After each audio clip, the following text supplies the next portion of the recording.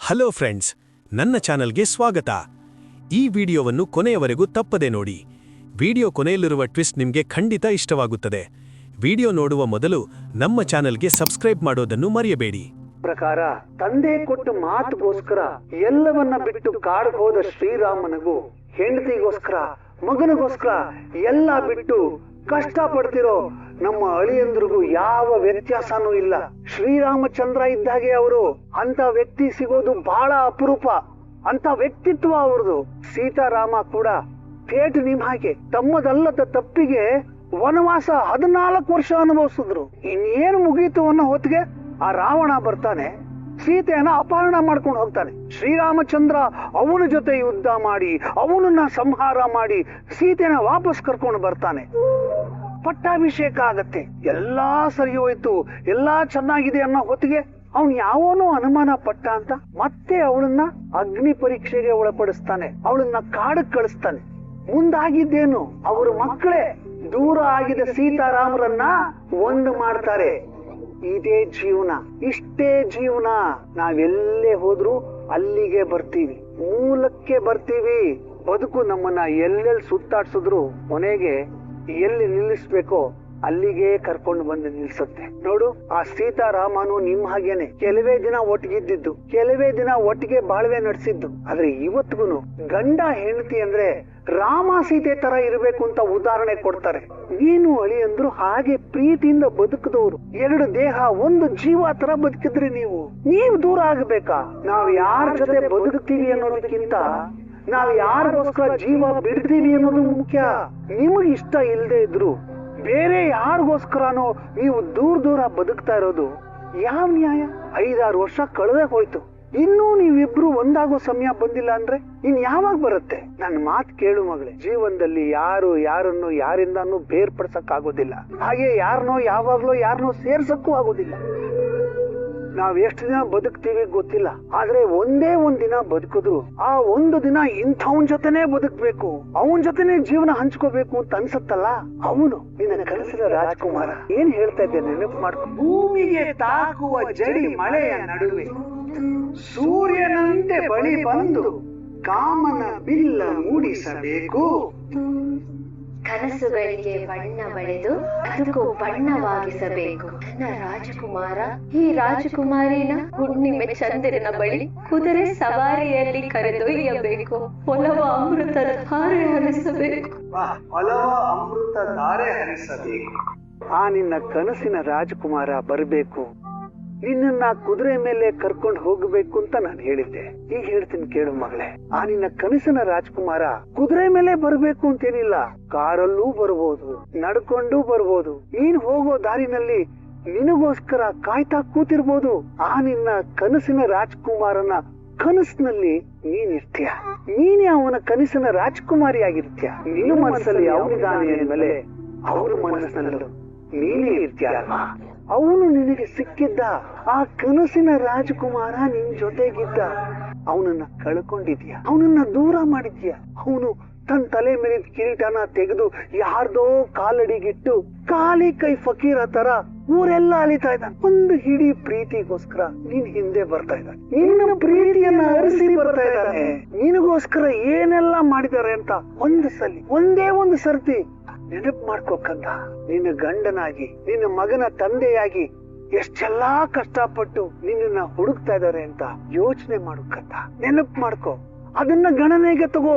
ಈಗಲಾದ್ರೂ ಎಲ್ಲವನ್ನ ಅವ್ರ ಹತ್ರ ಹೇಳ್ಕೊ, ಅವ್ರನ್ನ ಒಪ್ಕೋ, ಅವ್ರ ಜೊತೆ ಒಂದಾಗು. ನಿನ್ನ ನೆರಳು, ನಿನ್ನ ಉಸಿರು, ನಿನ್ನ ದಿಕ್ಕು, ನಿನ್ನ ದಾರಿ, ನಿನ್ನ ಗುರಿ ಎಲ್ಲ ಅವರೇ ಮಗಳೇ. ಇದಕ್ ಮೇಲೆ ನಿನ್ ಹಠ ಸಾಧಿಸ್ಬೇಡ. ನನ್ನ ಮಾತು ಕೇಳು ಮಗಳೇ. ತುಂಬಾನೇ ಬದಲಾವಣೆ ಆಗಿದೆ. ಹೌದು ಸರ್, ಹೇಗೋ ಹೋಗಿ ಏನೇನೋ ಆಗಿ ರೋಲರ್ ಕೋಸ್ಟರ್ ಅಂತಾರ ಇಲ್ಲಿಗೆ ಬಂದು ನಿಂತಿದ್ದೀನಿ. ಏನ್ ಮಾಡ್ಬೇಕು ಅಂತ ನನಗೂ ಗೊತ್ತಾಗ್ತಾ ಇಲ್ಲ. ಕಂಪ್ಲೀಟ್ ಬ್ಲಾಂಕ್ ಆಗ್ಬಿಟ್ಟಿದ್ದೀನಿ ಸರ್. ಈ ಸೀಸನ್ ಅಲ್ಲಿ ಅಪ್ ಅಂಡ್ ಡೌನ್ ಈ ತರ ಗೆರೆಗಳಿರುತ್ತಲ್ಲ, ಅದು ಯಾಕೆ ಹಾಗೆ ಅಂತ ಈಗ ಅರ್ಥ ಆಗ್ತಾ ಇದೆ ಸರ್. ಬಿಸ್ನೆಸ್ ಮ್ಯಾನ್ ಆಗಿದ್ದೆ, ಈಗ ಕ್ಯಾಬ್ ಡ್ರೈವರ್ ಆಗಿದ್ದೀನಿ. 5 ವರ್ಷದಲ್ಲಿ ಜೀವನ ನನಗೆ ತುಂಬಾ ಪಾಠ ಕಲಿಸಿದೆ ಸರ್. ಏನೇನೋ ತೋರಿಸಿದೆ. ಬಿರುಗಾಳಿಗೆ ಸಿಕ್ಕಿರೋ ತರಗೆಲೆ ತರ ಎಲ್ಲೋ ಇದ್ದೋನು ಈಗ ಇಲ್ಲಿಗೆ ಬಂದಿದ್ದೀನಿ. ಲೈಫ್ ವಿಚಿತ್ರ ಅಲ್ವಾ sir? Change is the only constant thing in life sir. ಜೀವನ ಇರೋದೇ ಹಾಗೆ. ಇವತ್ತು ಹಿಂಗಿರುತ್ತೆ, ನಾಳೆ ಹಾಗಿರುತ್ತೆ, ಬದಲಾವಣೆ ಆಗ್ತಾ ಇರುತ್ತೆ.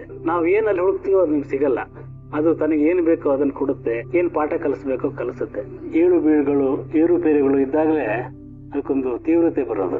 ಇಲ್ಲೇ ಹೋದ್ರೆ ECG ಲೈನ್ ತರ ನೇರವಾಗಿದ್ರೆ ಡೆಡ್ ಅಂತಾರೆ, ಸತ್ತೋದ್ರೇನೆ ಆ ಲೈನ್ ಇರೋದು. ಹೇಳ್ತಾ ಇರೋದು ಸತ್ಯನೇ ಸರ್. ಬಟ್ ಬದಲಾವಣೆಗೆ ನಮ್ಮನ್ನ ನಾವು ಎಷ್ಟು ಅಂತ ಒಗ್ಗಿಕೊಳ್ಳೋದು ಸರ್? ಸರ್, ಅಕ್ಕಿ ಇದೆ, ಅದು ಕುದಿಯುವ ನೀರಲ್ಲಿ ಬೆಂದ್ರೇನೆ ಅನ್ನ ಆಗೋದು. ಅನ್ನ ಆದ್ಮೇಲೆ ಅದನ್ನ ಬಿರಿಯಾನಿ ಮಾಡ್ಬೋದು, ಚಿತ್ರಾನ್ನ ಮಾಡ್ಬೋದು, ಮೊಸರನ್ನ ಮಾಡ್ಬೋದು, ವಾಂಗಿಬಾತ್ ಮಾಡ್ಬೋದು. ಸರ್, ಬೇಯದೆ ಹೋದ್ರೆ ನಾವು ಅಕ್ಕಿಯಾಗಿ ಉಳ್ಕೊಂಡ್ಬಿಡ್ತೀವಿ. ಇದನ್ನೇ ನಮ್ಮ ಸಾಹಿತ್ಯದ ಭಾಷೆಯಲ್ಲಿ ಹೇಳೋದಾದ್ರೆ ನೊಂದು ಬೆಂದ್ರೆ ಮಾತ್ರ ಬೇಂದ್ರೆ ಆಗೋದು. ಆಗ್ಲೇ ಜೀವನಕ್ಕೊಂದು ಘನತೆ ಬರೋದು, ಬದುಕಿನ ಆಳ ಆಗಲ್ಲ, ವಿಸ್ತಾರಗಳ ಅರ್ಥ ಆಗೋದು. ಜೀವನ ಕಲ್ಸೋ ಪಾಠನ ಯಾವ ಯೂನಿವರ್ಸಿಟಿನ ಕಲ್ಸಲ್ಲ. ನೀವು ಜೀವನದಲ್ಲಿ ಬೆಂದಿದ್ದೀರಾ, ಬಿರಿಯಾನಿ ಆಗೋ ಕಾಲ ಹತ್ರದಲ್ಲೇ ಇದೆ. ಹೈದ್ರಾಬಾದಿ ಬಿರಿಯಾನಿನ ಸರ್? ಯಾವುದೋ ಒಂದು ಜೀವನದಲ್ಲಿ ಯಾವತ್ತೂ ಒಳ್ಳೇದೇ ಆಗತ್ತೆ. ದಯವಿಟ್ಟು ಭರವಸೆ ಕಳ್ಕೊಬೇಡಿ. ಈಗ ನನ್ನದೇ ನೋಡಿ, 13 ಕೆಲಸ ಬದಲಾಯಿಸಿದ್ದೀನಿ. ಕಿರಾಣಿ ಅಂಗಡಿ ಇಟ್ಟಿದ್ದೆ, ಹೋಟ್ಲ್ ಇಟ್ಟಿದ್ದೆ, MS ಹಾಕಿ ಹಾಲ್ ಮಾರಿದ್ದೆ. ಕೊನೆಗೆ ಅಕೌಂಟೆಂಟ್ ಆಗ್ಬೇಕು ಅಂತ ಬೆಂಗಳೂರಿಗೆ ಬಂದವನು ಈಗ ರೈಟರ್ ಆಗಿದ್ದೀನಿ. ನೋಡಿದ್ರೆ ಒಂದಕ್ಕೊಂದು ಸಂಬಂಧನೇ ಇಲ್ಲ, ಬಟ್ ಸಂಬಂಧ ಇದೆ. ಮುಖ್ಯವಾಗಿ ಜೀವನದಲ್ಲಿ ನಂಬಿಕೆ, ಪ್ರೀತಿ, ವಿಶ್ವಾಸ ಇಟ್ಕೊಂಡು ಮುಂದೆ ಹೋಗ್ತಾ ಇರ್ಬೇಕು. ಬದುಕನ್ನು ನೋಡ್ತಿರ್ಬೇಕು, ಬದುಕನ್ನ ಪ್ರೀತಿಸ್ಬೇಕು, ಅದು ನಮ್ಮನ್ನು ಪ್ರೀತಿಸುತ್ತೆ. ನಾವು ದೇವರನ್ನ ನಂಬ್ತೀವೋ ಇಲ್ವೋ, ಆದ್ರೆ ದೇವರು ನಮ್ಮನ್ನ ನಂಬೋ ತರ ನಾವು ಬದುಕಬೇಕು. ಜೀವನ ಇರೋದೇ ಹಾಗೆ, ಅದು ಒಂದೋ ನಿಮ್ಗೊಂದು ಪಾಠ ಕಲಿಸುತ್ತೆ ಅಥವಾ ನೀವು ಕೇಳಿದ್ದನ್ನ ಕೊಡುತ್ತೆ. ಜೀವನನ ನಾವು ಹೇಗ್ ತಗೋತೀವೋ, ಹೇಗ್ ರಿಸೀವ್ ಮಾಡ್ತೀವೋ ಅದ್ರ ಮೇಲೆ ಎಲ್ಲ ನಿಂತಿರುತ್ತೆ. ಮುಖ್ಯವಾಗಿ ನಾವು ಸ್ವೀಕಾರ ಮಾಡೋ ರೀತಿ ಮುಖ್ಯ. ಸಾರಿ ಸರ್, ಕಾಫಿ ಕುಡಿಯೋಕೆ ಬಂದವರಿಗೆ ವೇದ ಅಂತ ಹೇಳ್ಬಿಟ್ಟೆ. ಸಾಮಾನ್ಯವಾಗಿ ನಾನು ಯಾರಿಗೂ ಉಪದೇಶ ಮಾಡಕ್ ಹೋಗಲ್ಲ, ಅದರಿಂದ ಏನು ಉಪಯೋಗವೂ ಇಲ್ಲ ಅಂತ ನಂಗೆ ಗೊತ್ತಿದೆ. ಆದ್ರೆ ವೆಲ್ ವಿಷರಾಗಿ ನಿಮ್ಗೆ 4 ಮಾತು ಹೇಳಿದೆ, ಬೇಜಾರು ಮಾಡ್ಕೋಬೇಡಿ. It's okay sir, thank you so much. ಇಲ್ಲ ಸರ್, ನಿಮ್ಮ ಮಾತು ನಿಜವಾಗ್ಲೂ ಸತ್ಯ. ಇಷ್ಟೊತ್ತು ನಿಮ್ಮ ಮಾತು ಕೇಳಿದ್ಮೇಲೆ ನನ್ನ ಮನಸ್ಸು ನಿರಾಳ ಆಯ್ತು. Thank you so much. Thanks ಎಲ್ಲ ಯಾಕೆ ಹೇಳ್ತೀರಿ? ನಾವಿಬ್ಬರು ಮಾತಾಡಿ ಇಬ್ಬರು ಹಗರಾದ್ವಿ ಅನ್ಕೊಳ್ಳಿ. ಸರ್, ನನಗೆ ನಿಮ್ಮಿಂದ ಒಂದು ಪರ್ಮಿಷನ್ ಕೇಳ್ಬೇಕಾಗಿ. ಪರ್ಮಿಷನ್ ನನ್ನಿಂದನಾ? ಯಾವ್ದಕ್ಕೆ ಸರ್? ಐಮ್ ಸಾರಿ, ಇಂಥ ಟೈಮಲ್ಲಿ ತನ್ನ ಸ್ವಾರ್ಥ ನೋಡ್ತಾ ಇದ್ದಾನೆ ಇವನು ಅನ್ಕೋಬೇಡಿ. ನಮ್ ಕೆಲಸನೇ ಅದು, ಯಾರ ಜೀವನದಲ್ಲಿ ಏನ್ ಕತೆ ಸಿಗುತ್ತೆ ಹುಡುಕೋದು. ನಿಮ್ ಕತೆ ಕೇಳ್ತಾ ಕೇಳ್ತಾ ನನ್ನೊಳಗಿನ ಕತೆಗಾರ ಆಕ್ಟಿವೇಟ್ ಆಗ್ಬಿಟ್ಟ. ನನ್ನ ಮುಂದಿನ ಕಾದಂಬರಿಗೆ ವಸ್ತು ಹುಡುಕ್ತಾ ಇದ್ದೆ, ಏನು ಹೊಳೆದಿರ್ಲಿಲ್ಲ. ಎಷ್ಟೋ ಸಲ ಹಂಗಾಗುತ್ತೆ, ಹೊಳೆಯಲ್ಲ. ನಮ್ಮ ಪ್ರಕಾಶಕರು ಬೇರೆ ದುಂಬಾಲು ಬಿದ್ದಿದ್ದಾರೆ. ಒಂದು ಟೈಟಲ್ ಕೊಡಿ, ಒಂದು ಕವರ್ ಪೇಜ್ ಮಾಡಿಸ್ಕೊಡಿ, ಅದನ್ನ ರಿಲೀಸ್ ಮಾಡ್ಬಿಡೋಣ, ಒಂದು ಬಿಲ್ಡಪ್ ಇರುತ್ತೆ, ಆನಂತರ ಕಾದಂಬರಿ ಬರ್ಕೊಡಿ ಅಂತ. ಈಗ ನೀವು ಕೇಳಿದ ಮೇಲೆ ನಿಮ್ ಕಥೆನ ಇಟ್ಕೊಂಡು ಒಂದು ಒಳ್ಳೆ ಬಯೋಗ್ರಫಿ ಪಡೆದ್ರೆ ಚೆನ್ನಾಗಿರುತ್ತೆ ಅಂತ ಅನಿಸ್ತಿದೆ. ಒಂದು ಸೂಪರ್ ಹಿಟ್ ಕತೆಗೆ ಬೇಕಾದ ಎಲ್ಲ ಅಂಶಗಳು ನಿಮ್ಮ ಜೀವನದಲ್ಲಿವೆ. ಸಾಮಾನ್ಯವಾಗಿ ನಾನು ಕತೆ ಬರೆಯೋದೇ ಬೇರೆಯವರ ಬದುಕನ್ನು ಇಟ್ಕೊಂಡು, ಯಾಕೆ ನಿಮ್ಮ ಕಥೆನ ಒಂದು ಒಳ್ಳೆ ಕಾದಂಬರಿ ಮಾಡಬಾರ್ದು ಅಥವಾ ಬಯೋಗ್ರಫಿ ಬರೀಬಾರ್ದು? ಅಲ್ಲ ಸರ್, ನೀವು ಬರೆದ್ರೆ ನಾನು ಬಹಳ ಸಂತೋಷನೇ. ಆದ್ರೆ ನನ್ನ ಲೈಫಲ್ಲಿ ದುಃಖನೇ ಜಾಸ್ತಿ ಇದೆ ಸರ್, ಸಂತೋಷ ಕಡಿಮೆ ಇದೆ. ಕಥೆಯ ಮುಂದಿನ ಹರಿವು ನನಗೂ ಗೊತ್ತಿಲ್ಲ, ನಿಮ್ಗೂ ಗೊತ್ತಿಲ್ಲ. ಅಂತ್ಯ ಏನು ಅಂತ ಬರೀತೀರಾ? ಸರ್, ಸ್ಥಿತಿ ಚೆನ್ನಾಗಿದ್ರೆ ಗತಿ ಚೆನ್ನಾಗಿರುತ್ತೆ. ನಿಮ್ ಕತೆ ಕೇಳಿದೀನಿ, ಅದಕ್ಕೊಂದು ಒಳ್ಳೆ ಕ್ಲೈಮ್ಯಾಕ್ಸ್ ನಾನು ಬರಿತೀನಿ. ನಾನು ಏನು ಬರೀತೀನೋ ಅದೇ ನಿಮ್ ಜೀವನದಲ್ಲಿ ಆಗತ್ತೆ. ಯಾವತ್ತು ನಾನು ಕಾದಂಬರಿಯಿಂದ ಬರಿತೀನಿ, ಅದು ನಿಮ್ ಬಯೋಗ್ರಫಿ ಆಗ್ಬೇಕು, ಹಾಗೆ ಮಾಡ್ತೀನಿ. ಏನ್ ಸರ್ ಇದು, ಒಳ್ಳೆ ಅಸ್ಟ್ರಾಲಜರ್ ತರ ಮಾತಾಡ್ತಾ ಇದ್ದೀರಲ್ಲ? ಇಲ್ಲ sir, well wisher. Thank you sir. ನಿಮ್ಮ ಬಾಯಿ ಹರಕೆಯಿಂದ ಹಾಗಾದ್ರೆ ನನಗೂ ಸಂತೋಷನೇ. ಸರ್, ಖಂಡಿತ ಆಗತ್ತೆ. ಸರ್, ಇದನ್ನ ಹೊಸ ಕಾದಂಬರಿ ದಕ್ಷಿಣಾಯನ ಅಂತ, ನಿಮ್ಗೆ ಇಷ್ಟ ಆಗುತ್ತೆ ಅನ್ಕೋತೀನಿ. ದಕ್ಷಿಣಾಯನ ಆದ್ರೆ ಗೊತ್ತಲ್ಲ, ಸೂರ್ಯ ಪಥ ಬದಲಾಯಿಸೋದು. ಇವತ್ತಿನಿಂದ ನಿಮ್ಮ ಜೀವನದ ಪಥ ಕೂಡ ಬದಲಾಗ್ಲಿ. ನಾನು ನೋಡ್ತೀನಿ. ಸರ್, ನಿಮ್ ಜೊತೆ ಕಾಲ ಕಳೆದು ಬಹಳ ಸಂತೋಷ ಆಯ್ತು. Thanks for coffee and story. Thank you sir. ಏನಿದೆ, thank you sir, thank you. ಏನಪ್ಪಾ ಪೈಲ್ವಾನ್, ಮುಗಿತಾ ಕೋಚಿಂಗು? ಹ್ಞೂ ಬಾಸ್, ನೀವ್ ಹೇಳ್ದಾಗೆ ನಿಯತ್ತಾಗೆ ಹೋಗ್ತಾ ಇದ್ದೀನಿ. ಸಿಂಪಲ್ ಸುನಿ ಈಗ ಸಿನ್ಸಿಯರ್ ಸ್ಟೂಡೆಂಟ್ ಆಗ್ಬಿಟ್ಟಿದ್ದಾನೆ. ಅಪ್ಪ ತಂದೆ ಪೈಲ್ವಾನು, ಏನೋ ಮಾತಾಡ್ತಿದ್ಯಾ? ನೀನು ಸಿನ್ಸಿಯರ್ ಅಂತ ಅತಿಯಾಗಿ ಸಿನ್ಸಿಯರ್ ಆಗಿ, ಅತಿಯಾಗಿ ಓದಿ, ಅತಿಯಾಗಿ ಸೀರಿಯಸ್ ಆಗಿ IAS IPS ಆಗಿ ಎಲ್ಲೋ ಹೋಗ್ಬಿಟ್ರೆ ನನ್ನ ಕೈ ಕೊಟ್ಟು ಆಮೇಲೆ ನಾನು ಬಾಯ್ ಮಾಡ್ಕೊಂಡು ಓಡಾಡ್ಬೇಕಾಗುತ್ತೆ. ನೀನು ಸಿನ್ಸಿಯರ್ನೆಸ್ ಸೀರಿಯಸ್ನೆಸ್ ತೋರ್ಸ್ಬೇಕಾಗಿರೋದು ನೀನು ನಾನು ಕೊಟ್ಟಿರೋ ಕೆಲ್ಸದ ಮೇಲೆ ಕಣ, ಓದೋದ್ರ ಮೇಲಲ್ಲ. ಓದೋ ಸಬ್ಜೆಕ್ಟು ಬರೀ ನೆಪ ಅಷ್ಟೇ. ಆದ್ರೆ ನಿನಗೆ ಮೇನ್ ಸಬ್ಜೆಕ್ಟು 7. ಅರ್ಥ ಆಯ್ತಲ್ಲ? ನಿನ್ನ ಗುರಿ ಏನೇ ಇದ್ರು ಸಿನ್ಸಿಯರ್ ಆಂಟಿ ಲವರ್ ಬಾಯ್ ಆಗೋದಕ್ಕೆ ಹೊರತು ಸ್ಟೂಡೆಂಟ್ ಆಗೋದಕ್ಕಲ್ಲ. ಅದು ತಲೆಯಲ್ಲಿ ಇಟ್ಕೋ. ಟ್ರ್ಯಾಕ್ ಚೇಂಜ್ ಮಾಡೋಣ ಆಮೇಲೆ. ಸರಿ ಬಾಸ್, ಆದ್ರೆ ನನ್ಗೊಂದೆರಡು ದಿನ ರಜಾ ಬೇಕಿತ್ತು ಬಾಸ್. ರಜಾನ? ಯಾಕೋ? ಅದು ನಾನು ಇಲ್ದೆ ನಮ್ ಫ್ರೆಂಡ್ಸ್ ಎಲ್ಲ ಅನಾಥರು ಆಗ್ಬಿಟ್ಟಿದ್ದಾರೆ. ಅದಕ್ಕೆ ಒಂದ್ ರೌಂಡ್ ಹೋಗಿ ಎಲ್ಲಾರನು ಮಾತಾಡ್ಸ್ಕೊಂಡ್ ಬರೋಣ ಅಂತಿದೀನಿ ಬಾಸ್. ಪ್ಲೀಸ್ ರಜಾ ಸಿಗುತ್ತೆ ಅಲ್ವಾ ಬಾಸ್? ಜಾಸ್ತಿ ಎಲ್ಲ ಏನಿಲ್ಲ, 2 ದಿನ ಬಾಸ್. ಮತ್ತೆ ಆದ್ರೂ ನಾಳೆಗೆ ಡ್ಯೂಟಿಗೆ ಹಾಜರಾಗ್ಬಿಡ್ತೀನಿ.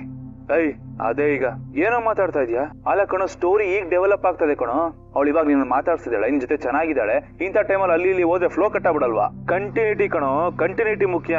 ಬ್ರೇಕ್ ಕೊಡಬಾರ್ದು, ರಜಾ ತಗೋಬಾರ್ದು, ಗ್ಯಾಪ್ ಕೊಡಬಾರ್ದು. ಕನ್ಸಿಸ್ಟೆನ್ಸಿನ ಹಾಗೆ ಮೇಂಟೈನ್ ಮಾಡ್ಕೊಂಡು ಹೋಗ್ಬೇಕು. ಆವಾಗಲೇ ಕೆಲಸ ಕರೆಕ್ಟ್ ಆಗೋದಿಲ್ಲ, ಎಲ್ಲ ಹಾಳಾಗಿ ಹೋಗ್ಬಿಡುತ್ತೆ. ಅದಕ್ಕೆ ಹೇಳೋದು, ನೀನು ಬಚ್ಚ ತಿಳ್ಕೊಳ್ಳೋ ತುಂಬಾ ಇದೆ ಅಂತ. ನಾನು ಏನ್ ಹೇಳ್ತೀನಿ, ಏನಕ್ಕೋಸ್ಕರ ಹೇಳ್ತೀನಿ ಅನ್ನೋದನ್ನ ಕರೆಕ್ಟ್ ಆಗಿ ಯೋಚನೆ ಮಾಡಿ. ಸರಿ ಬಾಸ್, ನೀವ್ ಹೇಳ್ತಿರೋದು ನನ್ನ ಒಳ್ಳೇದಕ್ಕೆ. ಹೋಗಲ್ಲ, ಇಲ್ಲೇ ಇರ್ತೀನಿ. That's like a good boy. ಹಂಗಿರ್ಬೇಕು ಸಿನ್ಸಿಯರ್ ಆಗಿ. ಹೇಳ್ದಷ್ಟು ಮಾಡು, ನೋಡ್ತಾ ಇರು, ನೀನ್ ಎಲ್ಲೋ ಹೋಗ್ಬಿಡ್ತೀಯ. ಈಗ ನೆಕ್ಸ್ಟ್ ಇಷ್ಟೇ ಕಣಪ್ಪ, ಅವಳನ್ನ ಇಂಪ್ರೆಸ್ ಮಾಡೋದಿಕ್ಕೆ, ಅವಳನ್ನ ಬುಟ್ಟಿಗೆ ಹಾಕೊಳ್ಳೋದಿಕ್ಕೆ ಒಳ್ಳೆ ಅವಕಾಶ ಎಲ್ಲಿ ಸಿಗುತ್ತೆ ಅಂತ ನೋಡ್ಲಿಲ್ವಾ, ನೀನೇ ಒಂದು ಕ್ರಿಯೇಟ್ ಮಾಡ್ಕೊ. ಸರಿ ಬಾಸ್, ಬಟ್ ಎಕ್ಸಾಕ್ಟ್ಲಿ ಏನ್ ಮಾಡ್ಬೇಕು ಬಾಸ್? ಕರ್ಮ ಕಣ, ಒಳ್ಳೆ ಚೈಲ್ಡ್ ಚಪಾತಿ ಸವಾಸ ಆಯ್ತಲ್ಲ ನನಗೆ. ಎಲ್ಲ ನಾನೇ ಹೇಳ್ಕೊಡಂಗಿದ್ರೆ ನೀನ್ ಗ್ರೋ ಅಪ್ ಆಗೋದ್ ಯಾವಾಗ್ಲೂ, ನೀನ್ ಬುದ್ಧಿ ಉಪಯೋಗಿಸೋದ್ ಯಾವಾಗ್ಲೂ, ನೀನ್ ಕಲ್ತ್ಕೊಳ್ಳೋದ್ ಯಾವಾಗ್ಲೂ. ಮುಖ ಏನ್ ನೋಡ್ತಾ ಇದೀಯ ಇಡಿಯಟ್? ನಿನ್ನ ಮೆಂಟಲ್ ಆಗಿ ತಪ್ಪಿಗೆ ನಾನೇ ಹೇಳ್ಕೊಡ್ತೀನಿ, ಹಾಗೆ ಮಾಡು. ಸರಿ ಬಾಸ್. ಎಲ್ಲಿದ್ದೆ ನಾನು, ಏನ್ ಹೇಳ್ತಾ ಇದ್ದೆ? ಕರೆಕ್ಟ್, ಇಂಪ್ರೆಸ್ ಮಾಡೋದಿಕ್ಕೆ ಒಳ್ಳೆ ಅವಕಾಶ ಅದು ಸಿಗ್ಲಿಲ್ಲ ಅಂದ್ರೆ ನೀನೇ ಕ್ರಿಯೇಟ್ ಮಾಡ್ಕೋಬೇಕು. ಫಾರ್ ಎಕ್ಸಾಂಪಲ್, ಯಾವ್ದಾರ ಒಂದು ಒಳ್ಳೆ ರೆಸ್ಟೋರೆಂಟ್ ಅಲ್ಲಿ ಟೇಬಲ್ ಬುಕ್ ಮಾಡು, ಲಂಚ್ ಕೋ ಡಿನ್ನರ್ಗೂ ಅವಳನ್ನ ಇನ್ವೈಟ್ ಮಾಡು, ಜೊತೆ ಕರ್ಕೊಂಡು ಹೋಗು, ಟೈಮ್ ಸ್ಪೆಂಡ್ ಮಾಡು. ನೀನ್ ಎಷ್ಟು ಟೈಮ್ ಸ್ಪೆಂಡ್ ಮಾಡ್ತೀಯೋ ಅಷ್ಟು ಅವಳಿಗೆ ನಿಮ್ ಮೇಲೆ ಪ್ರೀತಿ ಜಾಸ್ತಿ ಆಗುತ್ತೆ, ಅಟೆನ್ಷನ್ ಜಾಸ್ತಿ ಆಗುತ್ತೆ. ಅಟೆನ್ಷನ್ ಜಾಸ್ತಿ ಆದಷ್ಟು ಅಟ್ರಾಕ್ಷನ್ ಜಾಸ್ತಿ ಆಗುತ್ತೆ. ಅರ್ಥ ಆಯ್ತಾ? ಸಿಂಪಲ್ ಕಣ, ಎಲ್ಲಿ ಕೇರ್ ಸಿಗುತ್ತೋ, ಎಲ್ಲಿ ಪ್ರೀತಿ ಸಿಗುತ್ತೋ ಅಲ್ಲೇ ಜನ ವಾಲೋದು. ಅರ್ಥ ಆಯ್ತಾ?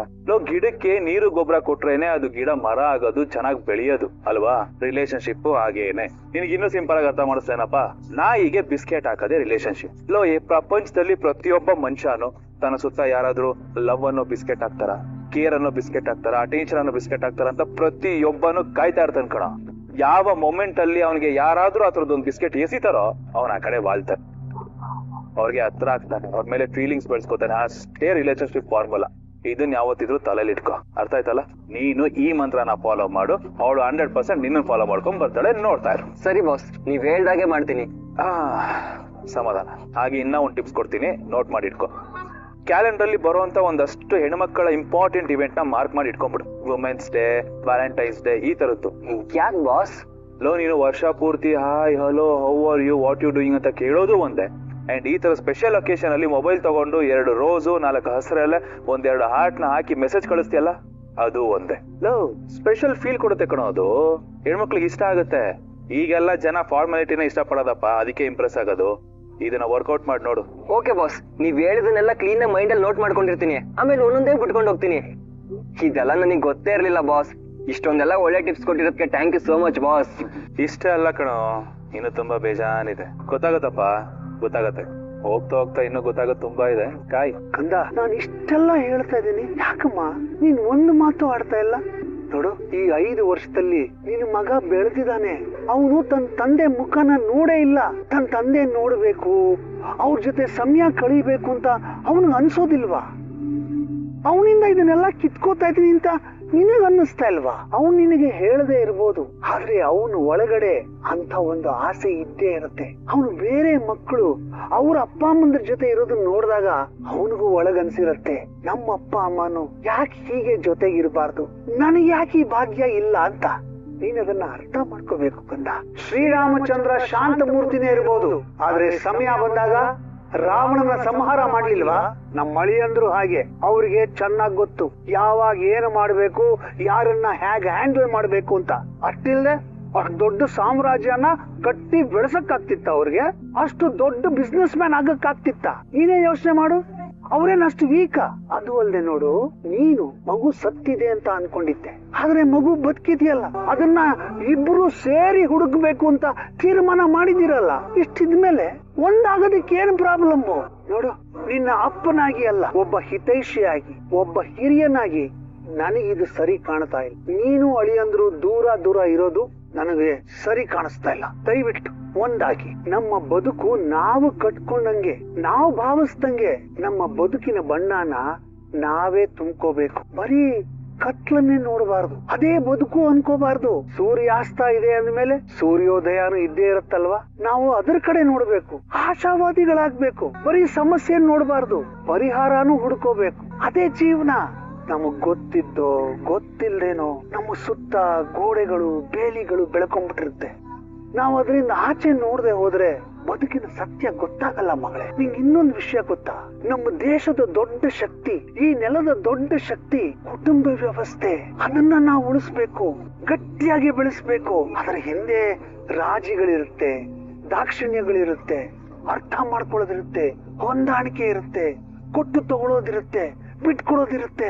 ಈ ರಾಜಿ ದಾಕ್ಷಿಣ್ಯಗಳನ್ನ ಒಪ್ಕೊಳ್ಳದೆ ಹೋದ್ರೆ ಸಂಸಾರ ವ್ಯವಸ್ಥೆ ಉಳಿಯೋದಿಲ್ಲ ಮಗಳೇ. ಅದು ಅಲ್ಲದೆ ಈ ಸೃಷ್ಟಿನಲ್ಲಿ ಗಂಡು ಹೆಣ್ಣು ಅಂತ ಇರೋದೇ ಸಂಸಾರ ಮಾಡೋದಿಕ್ಕೆ. ಗಂಡು ಹೆಣ್ಣು ಸೇರ್ಲೇಬೇಕು, ಒಂದಾಗಿ ಬಾಳ್ಬೇಕು, ಆಗ್ಲೇ ಈ ಪ್ರಪಂಚ ಮುಂದುವರಿಯೋದು. ಅದೇ ಬೇಡ ಅಂದ್ರೆ ಅದನ್ನ ಬಿಟ್ಟಿರ್ತೀನಿ ಅಂದ್ರೆ ಹೇಗಾಗತ್ತೆ ಕಂದ? ಅದು ಪ್ರಕೃತಿಗೂ ವಿರುದ್ಧ, ಮನಸ್ಸಿಗೂ ವಿರುದ್ಧ. ಯೋಚನೆ ಮಾಡು. ಏನೋ ನನ್ನ ಮನಸ್ಸಿಗೆ ತೋಚಿದ್ದನ್ನ ನಾನು ಹೇಳಿದ್ದೀನಿ, ಮಾಡಿಸೋ ಪ್ರಯತ್ನ ಮಾಡಿದ್ದೀನಿ. ಕಿದ್ದು ನಿನಗ್ ಬಿಟ್ಟಿದ್ದು. ಬರ್ತೀನಿ. ಅಪ್ಪ, ನೀವ್ ಹೇಳೋದು ಸರಿ ಅಂತ ಅನಿಸ್ತದಪ್ಪ. ಇಬ್ಬರಿಂದ ದೂರ ಇರಬಾರ್ದು. ಕಂದ, ನಾನು ಅವ್ರ ಹತ್ರ ಮಾತಾಡ್ತೀನಿ. ಸಂತೋಷ ಮಗಳೇ, ನಾನ್ ಅಳಿಯಂದ್ರಿಗೆ ಫೋನ್ ಮಾಡ್ತೀನಿ. ನೀನ್ ಅವ್ರ ಹತ್ರ ಎಲ್ಲ ಹೇಳ್ಕೊಂಡ್ಬಿಡು. ಆಮೇಲೆ ಏನಾಯ್ತು ಅಂತ ನನಗ್ ಕಾಲ್ ಮಾಡಿ ಹೇಳು, ಓಕೆನಾ? ಸಂತೋಷ ಮಗಳೇ, ತುಂಬಾ ಖುಷಿ ಆಯ್ತು.